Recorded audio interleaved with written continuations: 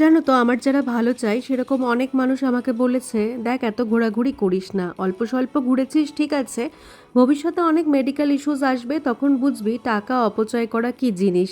কেন কি medical issues যদি আসে তাহলে কিন্তু রাজার সম্পত্তিও শেষ হয়ে যায়। কথাটা তারা হয়তো সত্যি বলেছে, কিন্তু আমি মনে করি পৃথিবীতে যখন এসেছি তখন ভালো মতো বাঁচার জন্য, আর ভালো মতো বাঁচা মানে আমার কাছে শুধু ভালো খাওয়া বা ভালো জিনিস জামা কাপড় পরা না, ভালো মতো ঘোরাটাও। হাই এভরিওয়ান, আমি অলমোস্ট রেডি। আগের ভিডিওতে বলেছিলাম যে আমরা ঘুরতে যাচ্ছি, তো যাচ্ছি সিকিম। সিকিমের যে নাথুলা ওই সাইডটা বরফের জন্য রাস্তা বন্ধ আছে জানি, তো আমরা সেরকম কিছু প্ল্যান করিনি, আমরা গিয়ে দেখে নেব কি হচ্ছে। আলটিমেটলি আমরা এরকমই ট্রিপ করি হুটহাট করে।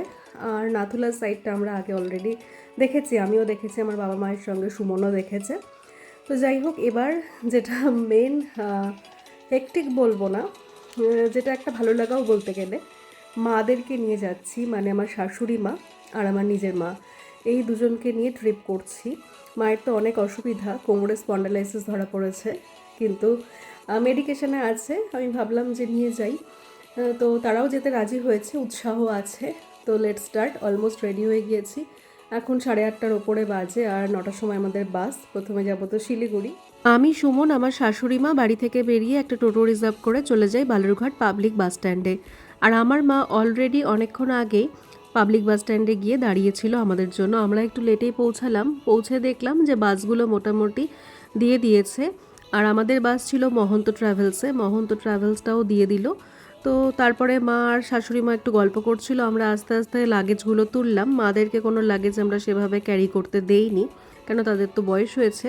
এ দেখো বাসে উঠে গিয়েছিলাম, আর এই বাসটার সবচেয়ে ভালো ফিচার আমার মনে হয় স্লিপার আছে, আর হচ্ছে মানে লোয়ার স্লিপার আছে। আপার স্লিপারে ওঠাটা বাসে আমার একদম বাজে লাগে, আমি যতবার যাই লোয়ার স্লিপারে যাই।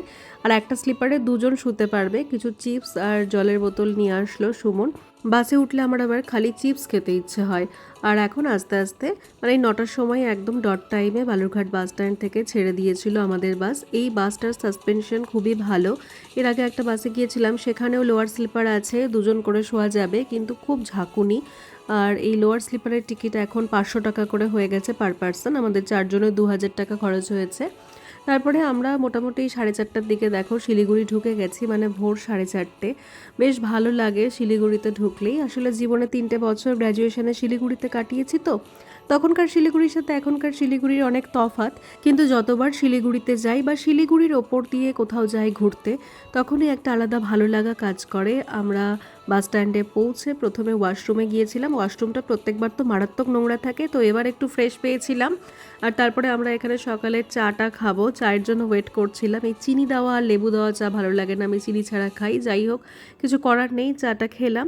সুমনকে বললাম আমি এখানে বসছি, মায়েরা আছে, লাগেজ আছে, তুমি যাও গাড়িটা রিজার্ভ করো। তো গাড়ি রিজার্ভ করতে গিয়ে ও আমাকে বলল যে গাড়ি শেয়ারেও পাওয়া যাচ্ছে আর একদম খালি গাড়ি আছে, তো আমরা শেয়ারে গিয়েছিলাম। আর আমরা যখন রওনা দিলাম তখন দেখলাম যে এইখানটায় প্রচণ্ড বৃষ্টি আরম্ভ হয়ে গিয়েছে, মানে শালুগড়া ফরেস্টের মধ্যে দিয়ে যখন আমরা যাচ্ছিলাম বেশ ভালো লাগছিল। আর শিলিগুড়িতে না এই যখন তখন বৃষ্টি হওয়ার ব্যাপারটা, অলওয়েজ আমরা না আগে একটা ছাতা ক্যারি করতাম, সবসময় পড়তে যাচ্ছি, কলেজে যাচ্ছি, যাই করি না কেন। যাই হোক, বেশ ভালো লাগছিল। আর এই টাইমটা না একটু ঠান্ডা পড়ে গিয়েছিল, কদিন আগে ঝড় হয়েছিল, আমাদের এখানেও ঠান্ডা ছিল, শিলিগুড়িতেও ঠান্ডা, পুরো পাহাড়েই ঠান্ডা পেয়েছি। যাই হোক, আমরা চলে যাচ্ছি প্রথমে গ্যাংটক। আমরা সিকিম যেহেতু যাচ্ছি, গ্যাংটককে বেস করেই আমরা ঘুরবো। অফবিট খুব একটা প্ল্যান নেই মাথায়, যেহেতু মায়েরা যাচ্ছে। তো আমরা সিকিমে ঢুকে গিয়েছি অলরেডি। এবার একটু কিছু খাওয়া দাওয়ার পালা। সুমন কিছু খাইনি, আমার মা শাশুড়ি মা কিছু খাইনি, ওরা ভাবছিল যদি শরীরটা খারাপ করে। আর আমার বাসে, ট্রেনে, কোথাও আমার জার্নি করতে কোনো প্রবলেম নেই। আমি খেয়েছিলাম একটা আলুর পরাঠা, খুব ভালো করেছিল।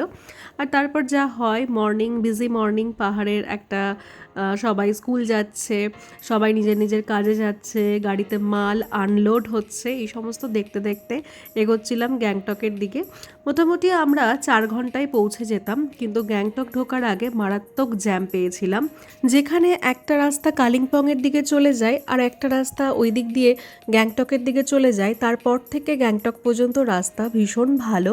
বরঞ্চ আমাদের শিলিগুড়ি পার করার পরে কিছুটা এসেই কালিম্পং পর্যন্ত রাস্তাটা আমার খুব একটা ভালো লাগেনি, মানে একটু মানে কষ্টকর, মানে ট্রাভেল করাটা একটু ঝাঁকুনি। আর গ্যাংটকের রাস্তা ভীষণ ভালো।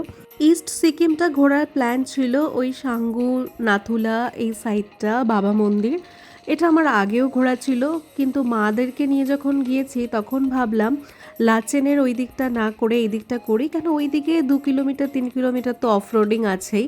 তো এই দিককার রাস্তাটা তো ভীষণ ভালো হয়ে গেছে, মানে ইস্ট সিকিমের রাস্তা। কিন্তু আমাদের যা ভাগ্য, স্নোফল হচ্ছে মার্চ মাসে, হঠাৎ করে এত স্নোফল হওয়াতে বাবা মন্দির, সাঙ্গু এগুলো সব বন্ধ করে দিয়েছে। ওই 10 মাইল সাঙ্গুর আগে এরকম অবধি পারমিট দিচ্ছিল, মানে কোনো দিন সাঙ্গু পর্যন্ত পারমিট দিচ্ছে, আবার যদি স্নোফল হয়ে যাচ্ছে রাত্রেবেলা সেদিন আবার সাঙ্গু পর্যন্ত পারমিট না দিয়ে তার অনেকটা আগে 10 মাইল অবধি পারমিট দিচ্ছে। আমরা একবার ভেবেছিলাম যে পেলিং, নামচি, রাভাংলা সাইডটাও করব, কিন্তু ওটা না অনেকটা, মানে আমরা যেহেতু গ্যাংটকের হোটেলে মানে সমস্ত কিছু বুকিং করে ফেলেছিলাম, আমরা গ্যাংটক থেকে চেক আউট করে পেলিংয়ে থাকার প্ল্যানটাও করতে পারতাম না, যেহেতু সমস্ত পেমেন্ট হয়ে গেছিলো। তাই জন্য আমরা যদি গ্যাংটক থেকে পেলিং, নামচি, রাভাংলা করতাম, আমি আর সুমন গেলে ঠিক ছিল, কিন্তু মাদের পক্ষে এই জার্নিটা সারাদিনের হয়ে যেত। ওই সকাল 7টায় বেরোতাম আর বিকেল 5টায় এসে গ্যাংটকে পৌঁছাতাম। যাই হোক, দেখতে দেখতে আমরা আমাদের হোটেলে চলে গিয়েছিলাম। আমাদের হোটেল ছিল গ্রিনডেল, খুব ভালো, কিন্তু এটা পিওর ভেজ। আর এখানে বাইরে থেকে ফুড যদি আনাও হয়, ভেজ ছাড়া অন্য কিছু অ্যালাউ নেই। চলো এখন হোটেলে চেক ইন করি, অন্য একটা ভ্লগে বাকি কথা হবে। টাটা।